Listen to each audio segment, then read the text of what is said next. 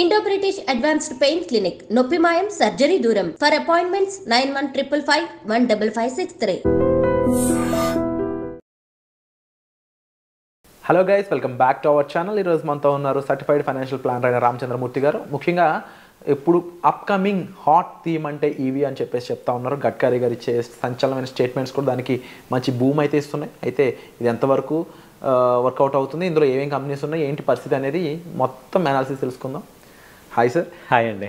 Sir, right now Nitin Gadkari గారు ఈవీకి సంబంధించి ఎందుకో తెలియని పుష్ అంతా ఇస్తున్నారు. అవునండి. కంప్లీట్గా నెక్స్ట్ ఇండియా అంటే ఈవీ అంటే ఇండియా అన్న విధంగా కూడా స్టేట్మెంట్స్ ఇస్తున్నారు ఆయన. అండ్ కాకపోతే ఆ థీమ్ హాట్ అవుతుంది అని అనిపించే లోపే అందులో ఎక్కడో ప్రోస్తో పాటు కాన్స్ కూడా ఉంటాయి కదా. అవునండి. అందులో రిలేటబుల్ సెక్టర్స్ ఇంకేమున్నాయి, రిలేటబుల్ కంపెనీస్ ఏముంటాయి, ఓవరాల్ దాన్ని అనాలిసిస్ చెప్తారా? చెప్తానండి. యాక్చువల్గా ఏంటంటే వీళ్ళు గవర్నమెంట్ ఈసారి ఏం చేస్తుందంటే ఈ ట్రేడ్ డెఫిసిట్ ఎక్కువైపోతుంది. ఆయిల్ గోల్డ్ మీద మనకి మేజర్ ట్రేడ్ డెఫిసిట్ ఉంది. ఇప్పుడు ఈ కోవిడ్ తర్వాత అన్ని కంట్రీస్ చూసుకుంటే ఎక్కువగా ఏమైపోయాయంటే ఈ ట్రేడ్ డెఫిసిట్ అంటే ఈ ఎక్స్పోర్ట్స్ కన్నా ఇంపోర్ట్స్ ఎక్కువ తీసుకోవటం వల్ల ఆ గ్యాప్ పెరుగుతుంది. ఆ గ్యాప్ని ఎలా చేయాలి అని ఆలోచించడంతో మొత్తం ఆల్ కంట్రీస్ అన్నీ కూడా ఈ యొక్క ఫ్యూయల్ మీద నుంచి వేరే ఆల్టర్నేట్కి వెళ్దామని చూస్తున్నారు. అందులో మేజర్గా చూసేది ఇండియా మెయిన్ ఫోకస్ పెట్టుకుని ఇండియా. అలాగే ఇండియన్ గవర్నమెంట్ కూడా కంప్లీట్గా ఎక్కువగా దీని మీద ఫోకస్ చేసి ఈ ఫ్యూయల్ని కొంచెం ఆల్టర్నేటివ్గా తీసుకురావాలి అనేది తీసుకొచ్చింది. వాటిల్లో భాగంగా ఏంటంటే ఫస్ట్ ఈ బయోడీజిల్ కానీ బయోఫ్యూయల్ కానీ తర్వాత ఆల్టర్నేటివ్ ఫ్యూయల్స్ హైడ్రోజన్ ఫ్యూయల్ ఎలా తీసుకురావాలి, అలాగే ఇలా ఆల్టర్నేటివ్స్ ఫస్ట్ చూస్తున్నారు. తర్వాత ఏంటంటే వెహికల్స్లో కూడా ఈ ఎలక్ట్రానిక్ వెహికల్స్ ఈవీని తీసుకురావటం వల్ల ఈ ఫ్యూయల్ కన్జంప్షన్ మేజర్గా తగ్గిద్దామని చూస్తున్నారు. ఇప్పుడు రీసెంట్గా 2 days బ్యాక్ గడ్కరీ గారు స్టేట్మెంట్ ఏం చెప్తున్నారంటే నెక్స్ట్ ఇప్పుడు ప్రజెంట్ ఈ సేల్స్లో ఆటోమొబైల్ సేల్స్లో ఈవీ వాటా 10% ఉంది. 20 లక్షల వెహికల్స్ అమ్మితే దాదాపు ఒక 8 lakhs 10% ఇవి ఉన్నాయి. ఇప్పుడు 2030కి వీళ్ళ టార్గెట్ ఏంటంటే ఈవీ కన్జంప్షన్ 30 to 40% వస్తుంది టోటల్ వెహికల్స్కి అనేది వీళ్ళు టార్గెట్ చేస్తున్నారు. ఆ రకంగా గవర్నమెంట్ ఎప్పుడైతే ఏ సెక్టర్ అయితే పుష్ చేస్తుందో అవి గ్యారంటీగా పైకి రావాల్సినవే.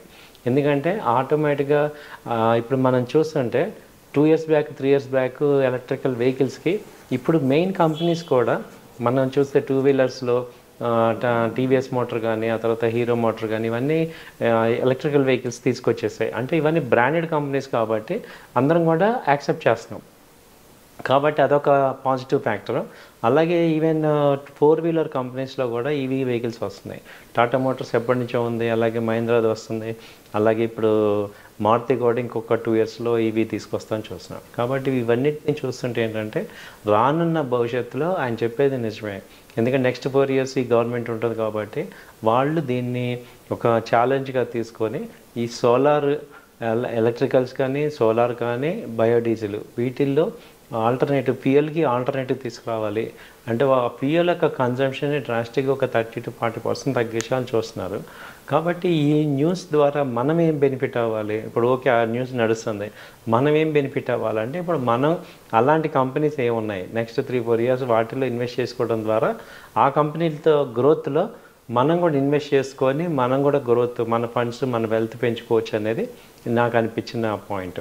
సో అందుకని ఏంటంటే ఈ వీడియోలో అలాంటి కంపెనీలు ఏమున్నాయి అనేది ఒకసారి చూసుకుంటే వాటిని మీ ముందు ప్రజెంట్ చేస్తాను. వాటిల్లో మీకు నచ్చినవి బాగున్నవి మీరు కూడా ట్రై చేయొచ్చు. ఇదైతే ఒక ఎడ్యుకేషన్కి సంబంధించిన వీడియోనే. సో మేము ఎక్కడ ఫోర్స్ చేయట్లేదు ఇవి తీసుకోమని. సో వాటిల్లో ఏమవుతుందంటే మెయిన్ పవర్ తీసుకోవడానికి టాటా పవర్ కానీ తర్వాత ఎన్టీపీసీ ఒకటి, ఓఎన్జీసీ, ఈ పవర్ గ్రిడ్, అలాగే ఈ బీపీసీఎల్, అదాని పవర్, ఈ పవర్ కంపెనీస్ మేజర్గా ఉన్నాయి.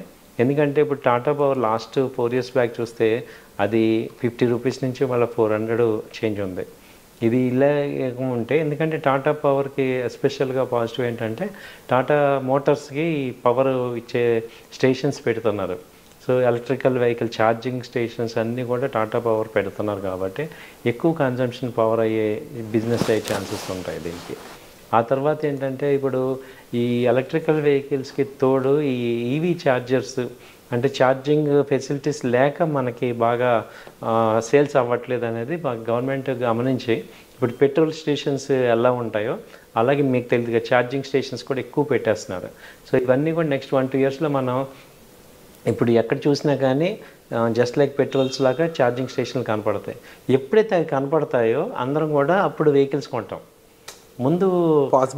ముందు ఏంటంటే ఈ థ్రెట్ ఒకటి ఉంది, మనం ఇప్పుడు ఎక్కడికైనా వెళ్ళాలి మధ్యలో ఆగిపోతే ఏంటి, ఇన్ని లక్షలు పెట్టి వెహికల్స్ కొన్నాము, ఇది ఆగిపోతే ఏంటనేది కదా మనం అందరం ఆపేసేది. అదొక మేజర్ ఏం చేస్తున్నారంటే ఇప్పుడు నెక్స్ట్ మీరు చూస్తే 2 ఇయర్స్లో ఇండియా మొత్తం చాలా కొన్ని వేల పాయింట్లు ఉంటాయి ఇవి ఛార్జింగ్ పాయింట్స్. అదేం చేస్తున్నారంటే ఇంకా కూడా ఈ యొక్క అన్ఎంప్లాయ్మెంట్ పీపుల్కి అది కాంట్రాక్ట్గా ఇవ్వటం కానీ వాళ్ళకి ఫెసిలిటీస్ చేయటం కానీ చేస్తున్నారు. దాంతో ఎప్పుడైతే అవన్నీ మనం చూస్తామో ఆటోమేటిక్గా మనం ఉంటాం. తర్వాత ఏంటంటే ఎలక్ట్రికల్ వెహికల్స్ కొంచెం ఇప్పుడు కాస్ట్ ఉంది. ఆ కాస్ట్ కట్టింగ్కి ఏం చేస్తున్నారంటే ఈ యొక్క బ్యాటరీస్ని తగ్గించడం కానీ కాస్ట్ కట్టింగ్ యాక్టివిటీస్ చేసి నార్మల్కి తీసుకొస్తున్నారు. ఆల్మోస్ట్ ఇప్పుడు 2 వీలర్స్ అదే రేంజ్లోకి వచ్చాయి. పెట్రోల్ వెహికల్ ఏ రేంజ్ ఉందో ఇప్పుడు ఈవీ వెహికల్ కూడా అదే రేంజ్కి వచ్చింది. సో నెక్స్ట్ స్టెప్ ఏంటంటే ఈ 4 వీలర్స్ కూడా ఆ రేంజ్ కనుక వస్తే మనకి కాస్ట్ కట్టింగ్ బాగా అవుతుంది, సో కన్జంప్షన్ బాగా ఉంటుంది. సో అలాగే ఈవీ బ్యాటరీ మేజర్ సమస్యగా ఉంది, అది కూడా ప్రాబ్లమ్స్ సాల్వ్ చేయడం చూస్తున్నారు. సో ఇవన్నీ కూడా చాలా ఇన్నోవేటివ్గా మనకి జరుగుతున్నాయి. అలాగే టెస్లా కనుక ఇండియాలో మార్కెట్లోకి వచ్చిందంటే ఎలక్ట్రికల్ వెహికల్స్ ఒక రేంజ్లోకి వెళ్తాయి. ఎందుకంటే ఆ రేంజ్ కాంపిటీషన్ కనుక వస్తే అన్నీ అప్డేట్ అవుతాయి. ఎందుకంటే ఒక లీడర్ని ఫాలో అవుతారు కదా, దాని తర్వాత యాన్సిలరీ కంపెనీస్ అన్నీ కూడా ఫాలో అవుతాయి. కాబట్టి మీరందరూ అసలు ఎలక్ట్రిక్ వెహికల్స్ ఏమున్నాయి, అందులో యాన్సిలరీ కంపెనీస్ ఏమున్నాయి అనేది ఒక లుక్ వేసి, ఈ బ్యాటరీస్లో మనకి ఎక్సైడ్, అమర్రాజ్ ఇలా ఉన్నాయి, అలాగే ఈ యొక్క సోలార్ ప్యానెల్స్, ఎలక్ట్రికల్ అనగానే ఈ 3 వస్తాయి మనకి. పవర్ ఒకటి వస్తుంది, ఎలక్ట్రికల్ వెహికల్స్ ఒకటి వస్తుంది, అలాగే బయోడీజిల్ కానీ ఈ ఆల్టర్నేట్ ఫ్యూయల్ కానీ వీటిల్లో ఏమేమి ఉన్నాయి అనేది చూసుకొని వాటిలో మనం ఒక మంచి కంపెనీస్ని ఇన్వెస్ట్ చేయడం ద్వారా ఒక 3-4 ఇయర్స్ అలా ఉంటే మంచి వెల్త్ రావచ్చు అనేది నా యొక్క స్ట్రాంగ్ ఫీలింగ్. Wonderful sir.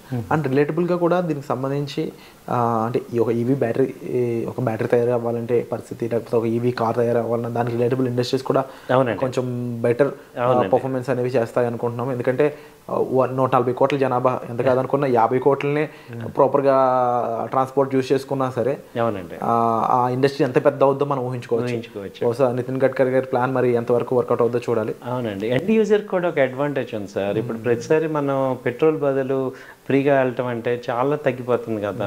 అది ఎలక్ట్రికల్ వెహికల్స్ అనేది అందరం పాజిటివ్గా ఉన్నాం. అయితే ఏంటంటే ఆ యొక్క ఫెసిలిటీస్ ఇబ్బంది అయ్యి నెగిటివ్గా అవుతున్నాం. ఈ మధ్యలో కార్లు పేలిపోవటం ఇవన్నీ జరగటం, నెగిటివిటీస్ మీరు అన్నట్టు కాన్స్ ఎక్కువ అవి హైలైట్ అవుతున్నాయి. అవి జరిగే ఛాన్స్ 1%. ఆ 1% చాలా హైలైట్ అయ్యి అందరినీ కూడా భయపెడుతున్నాయి. లేకపోతే 1% నార్మల్ కదా, అది అవుట్కమ్ అయ్యి ఈ కాస్ట్ తగ్గి ఈ యొక్క ఫెసిలిటీస్ పెరిగితే మాత్రం అందరం చాలా మంచి ట్రెమెండస్ డిమాండ్ నెక్స్ట్ నేను అనుకోవటం 2 ఇయర్స్లో వచ్చేస్తుంది బాగా.